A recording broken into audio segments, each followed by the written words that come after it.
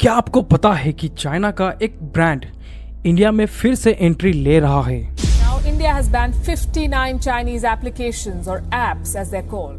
हाँ, ये उन्हीं में से एक ब्रांड है जो 5 साल पहले इंडिया से बैन हो चुका था और ये उनका वही ऐप था जिसके ऊपर इंडिया के लोगों का डेटा चुराने का एलिगेशन भी लग चुका है।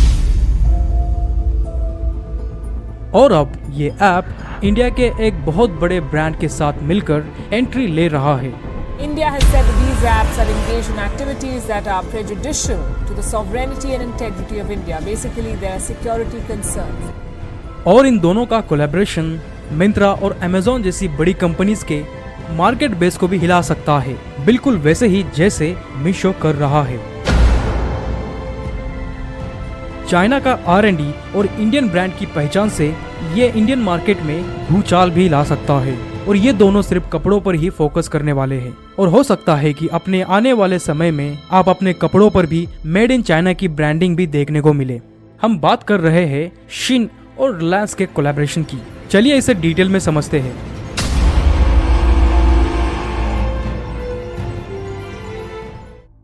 देखो, ये Shin officially fast branding cloth पर फोकस्ड है, वैसे ही जैसे जुडियो ने फास्ट ट्रेंडिंग का कॉन्सेप्ट इंट्रोड्यूस किया था। इमेजिन करो एक सिचुएशन जहां पर शिन और जुडियो के स्टोर आमने सामने हो और आप एक स्टोर से दूसरे स्टोर में एंट्री ले रहे हो और प्राइस को कंपेयर कर रहे हो।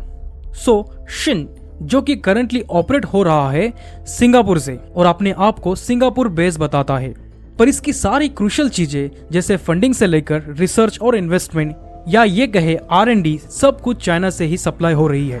कैसा हो अगर इंडिया का कोई लोकल ब्रांड रिलायंस के साथ शिन की जगह कोलैब करता? अनफॉर्चुनेट है कि इंडिया का कोई ब्रांड ये नहीं कर पाया। इनके कोलैबोरेशन का फायदा ये है कि ये कपड़े और भी ज्यादा सस्ते बेच सकते हैं, जो ऑब्वियस सी बात है इंडिया के आधे से ज्यादा लोगों को ध्यान में रखकर प्राइसिंग की जाएगी। इनकी पॉपुलैरिटी का अंदाजा आप इस बात से लगा सकते हैं कि गूगल प्ले स्टोर में शिन के 10,000 से भी ज्यादा यूजर्स ने अभी से ही उसे डाउनलोड कर रखा है और जिसे एप्पल स्टोर पर टॉप 10 मोस्ट डाउनलोडेड रैंकिंग भी मिल चुकी है। ये काफी बड़ा सिग्नल है कि शिन को कई लोगों के द्वारा पसंद किया जा रहा है।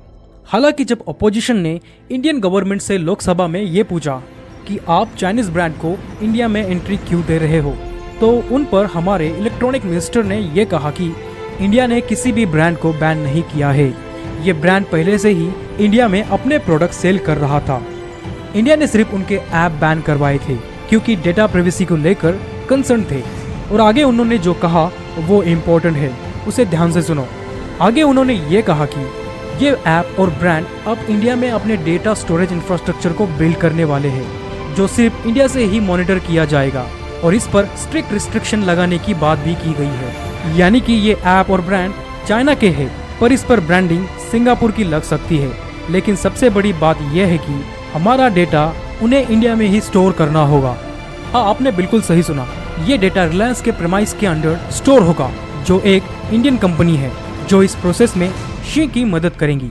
तो ये काफी बड़ी बात है क्योंकि इससे इंडिया के डेटा सिक्योरिटी को लेकर ट्रस्ट बढ़ेगा और रिलायंस के साथ पार्टनरशिप से शी का ब्रांड भी इंडिया के मार्केट में एक नया रंग ले आएगा।